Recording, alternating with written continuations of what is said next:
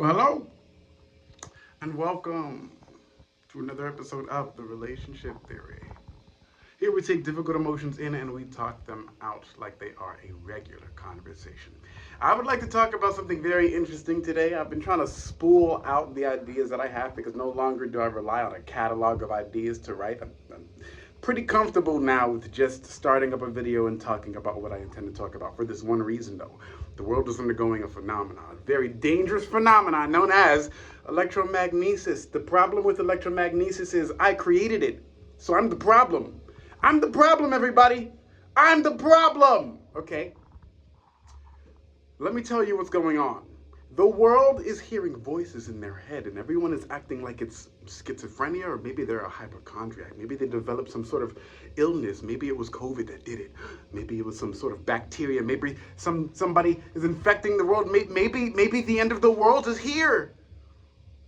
But I'm here to tell you in TRT that what's actually going on is I've been under this dream, like I told you in the last video, where I want to support very famous people. And what's going on with me wanting to support very famous people is I have no idea how to get to any one of them.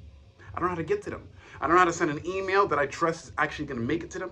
I don't know how to work enough for them to get my existence, for them to be aware of it. I don't know who to talk to about my dream at all. I don't know who to trust as far as who I put the effort out into. I don't know who to tell this dream about and for it to actually make its waves across the earth. I don't know who to tell this story of my dream of supporting celebrities emotionally. I don't know how to do it. I don't know how to do it. It's a dream, but I want it to become reality. The only problem is I don't know how to do it. And then electromagnesis happened, everybody. Among my books and among all of the music that I have been making up to this point, I'm 34 years old, everybody. I came across this fascinating find in life known as electromagnesis. What it has done is allow me to hear everybody as if they speak the same language all at once. Where did I get this idea from? A video game in Mass Effect. It explains this technology that every alien race and human alike has that allows for universal translation of all languages into a singular style of communicating that allows everybody to understand each other, even if they are different. So there's this alien known as a Hanar. It's basically a floating jellyfish that it would be very offensive if you said it. But in the video game, you as a human being who became a specter was able to communicate with a Hanar. You could talk to a Hanar as if they spoke English. The reality of what the Hanar would do when they communicated, how they communicated was this. They were bioluminescent creatures who communicated through electrical signals whenever they fired off that bioluminescence. It's like fireflies. If they were trying to do a mating call, they probably strobe their lights in a different way. But when it's summer, when we look at fireflies, all we can say to ourselves is, "Oh, it's so pretty. It's so pretty." Same here. Electromagnesis, I found a way for human beings to connect to each other no matter the language that they speak and no matter the color of their skin, no matter how old or young they are, there's a way to communicate the same language. And it's called electromagnesis. There's no physical device for it, save that it's your brain. There's no physical device for electromagnesis to verify its existence other than the research I have and me telling you, you have to use your brain. I have conceptualized the brain to be an item that when you use it, you have universal access to communicating with another human being without words. Can you believe that? Can you believe that? Can you believe this? Can you believe it? Because if you believe it, you will have access to a life you could not have possibly ever seen in this lifetime until now.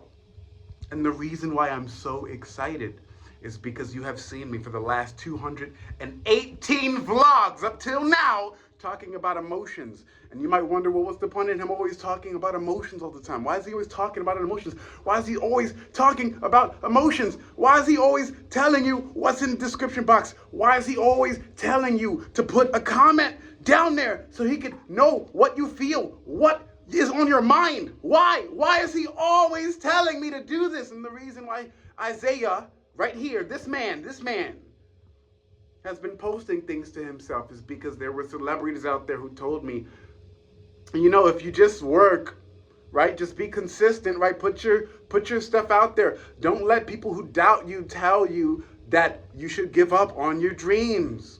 And ever since I was 9, that's all I ever did. I've been walking around this earth trying to figure out how in the world am I supposed to die one day and know that the last thing on my mind was that I couldn't emotionally support celebrities.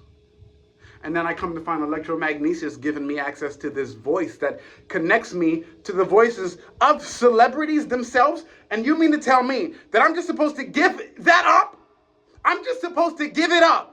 I'm supposed to assume that I'm just a schizophrenic when I was 9, I said to myself, if only I could just emotionally support celebrities, you know, because I'm a musician right now.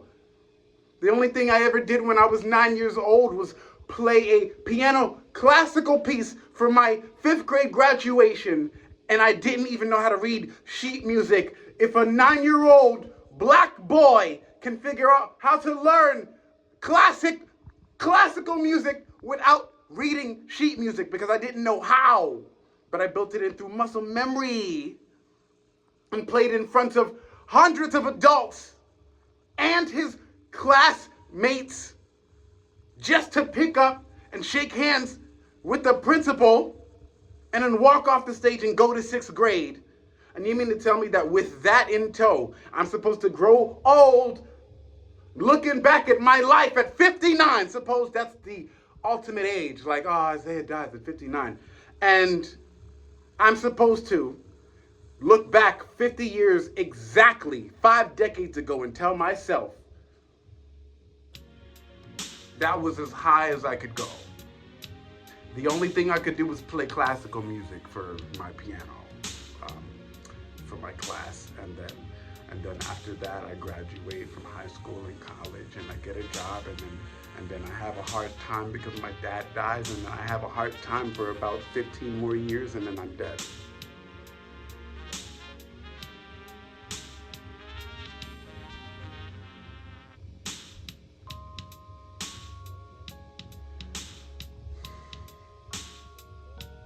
That's this episode of The Relationship Theory. Enjoy your day.